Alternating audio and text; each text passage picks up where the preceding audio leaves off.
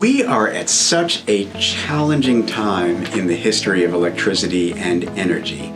We need to find ways to decarbonize while not making energy unaffordable and not making it unreasonable. And I think municipal power aggregation, community power aggregation, is a great way of doing that. I am an attorney. I used to be the general counsel of the New Hampshire Public Utilities Commission. I was appointed the state's consumer advocate in 2016. I was originally appointed by a Democratic governor, and then I was reappointed by a Republican governor. I am very proud of that. And before I was an attorney, I was a journalist, and I bring a journalist's sensibility to my work. My job is to make sure that residential utility customers in this state get the best deal they can possibly get. And I have become convinced that the best way of doing that is through the community power model.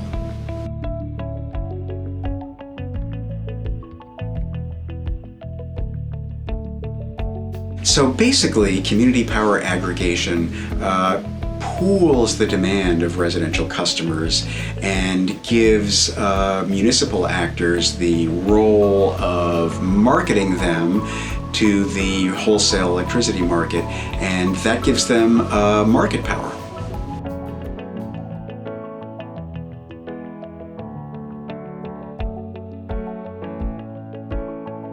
In my view, the goal of community power is to finally deliver the goods to customers with respect to restructuring the electric industry. New Hampshire was pretty much the first state to pass a restructuring statute going all the way back to 1996, and it took us a long time to move through the restructuring process. It was only completed in 2018, and residential customers have paid dearly through stranded cost recovery charges for the privilege of being able to choose electric suppliers, but they have never gotten any benefits out of it. I think community power and community power aggregation is finally the vehicle we've been looking for consumers, meaning residential customers, to save money for real.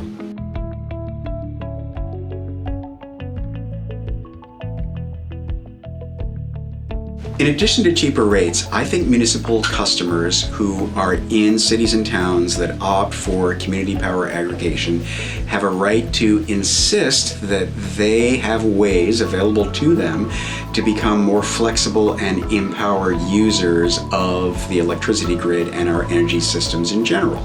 So, if your interest is in green power and you would like to know that you're only using green electricity, your community power aggregator should make those options available to you.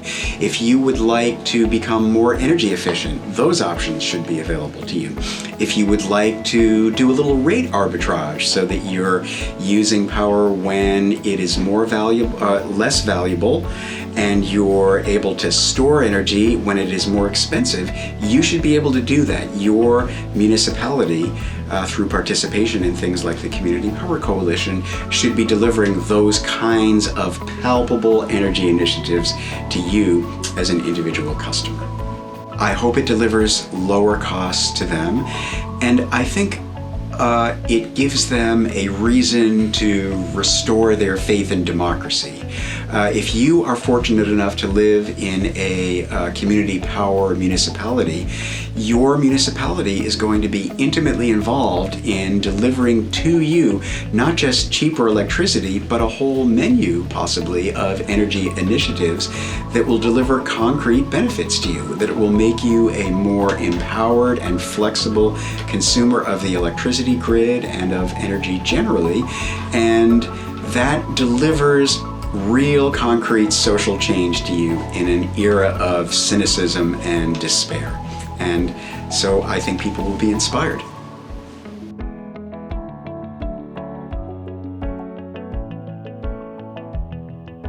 We have important lessons to learn from other states when it comes to community power. So Looking immediately to our south in Massachusetts, a lot of municipalities have opted for municipal aggregation, but that is, in my judgment, too simplistic an approach.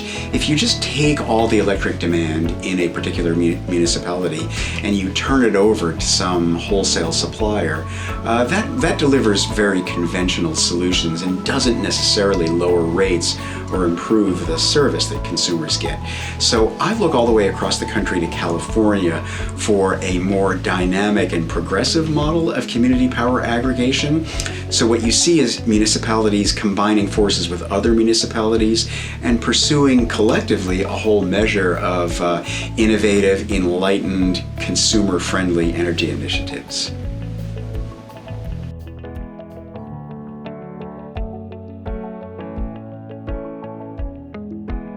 Well, here in New Hampshire, we operate at a grassroots scale all the time. Most everybody I know knows people who serve on their select board, knows people who serve on their city council, knows people who are volunteering on their municipal energy committee, knows their town manager or their city manager. So when the people you know personally are the people who are delivering this essential service to you, that makes them, by definition, much more accountable for the quality of that service. I think community power, as it's currently authorized in New Hampshire, provides just the right amount of regulation. There certainly are still oversight responsibilities for the Public Utilities Commission, but there is an appropriate acknowledgement that our municipalities are democracies. The municipal leaders are accountable to the citizens of each municipality, and I think that we can and should assume that municipal citizens will hold their municipal leaders accountable when necessary.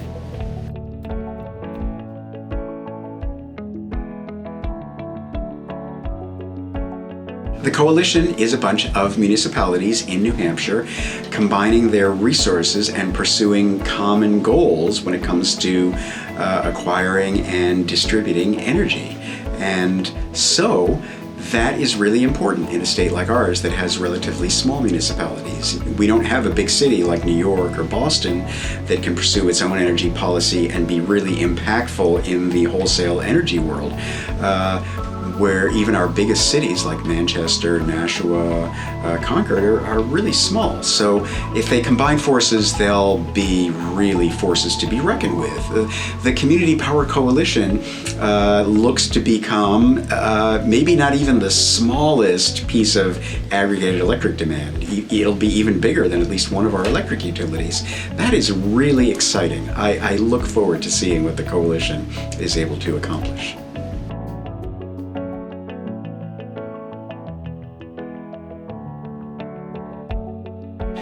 Well, challenges that we've overcome is that we had to change our statutes so that community power went from opt-in to opt-out, because creating community power aggregation programs that everybody had to affirmatively opt in just made the whole thing untenable.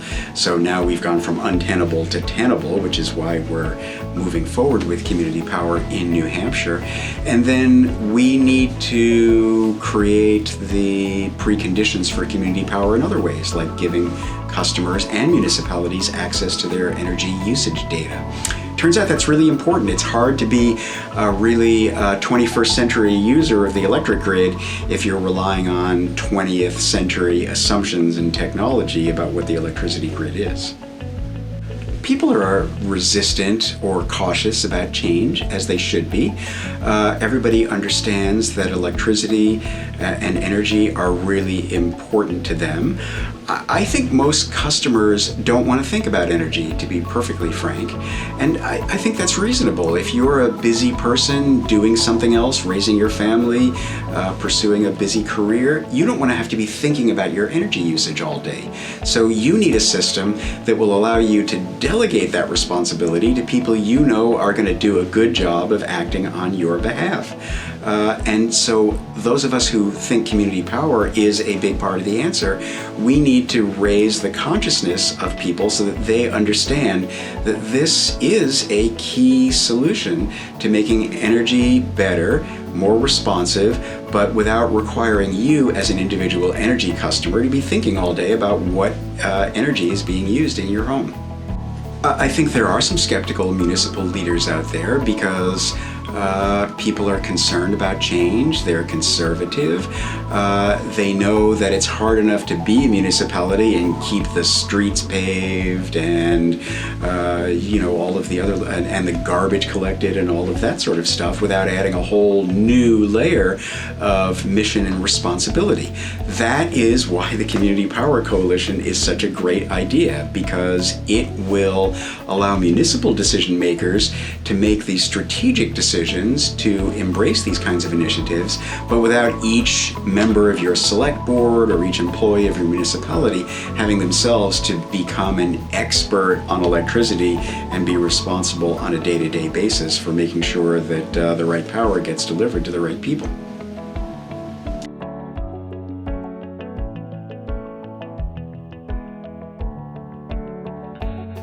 Absolutely.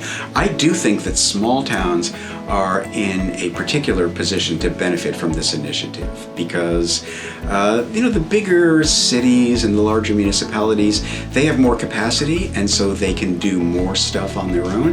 But if you're a small town of, 500 people, say, there's no reason why you can't participate in this. That's the exciting thing. It's sharing expertise so that our bigger municipalities, our bigger cities, they can be helpful to the smaller municipalities. That's really cool.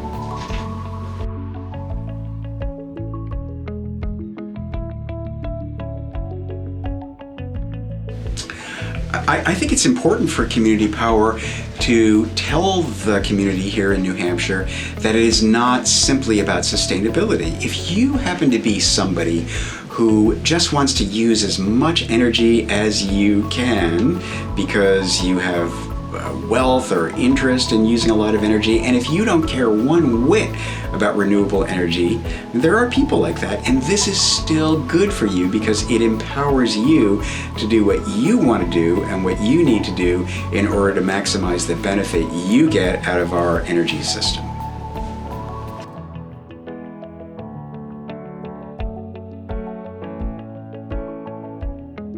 We are at such a challenging time in the history of electricity and energy. We need to find ways to decarbonize while not making energy unaffordable and not making it unreasonable. And I think municipal power aggregation, community power aggregation, is a great way of doing that. We have finally finished restructuring in New Hampshire, and we're on the brink of making all of these really interesting and cool technologies available to people. And we're trying to build a statewide utility customer data platform so that municipal aggregators and municipalities and individual consumers will have the data they need to make great use of our electricity grid and our natural gas network. I am worried that, like every corporation in the history of civilization, utilities are going to have trouble reinventing themselves for the 21st and ultimately the 22nd century. We need to prod them into adapting, and if they can't adapt, they need to get out of the way. And I think that kind of pressure is going to come from the grassroots levels, and I really look forward to seeing what individual municipalities bring to that task. It's very exciting.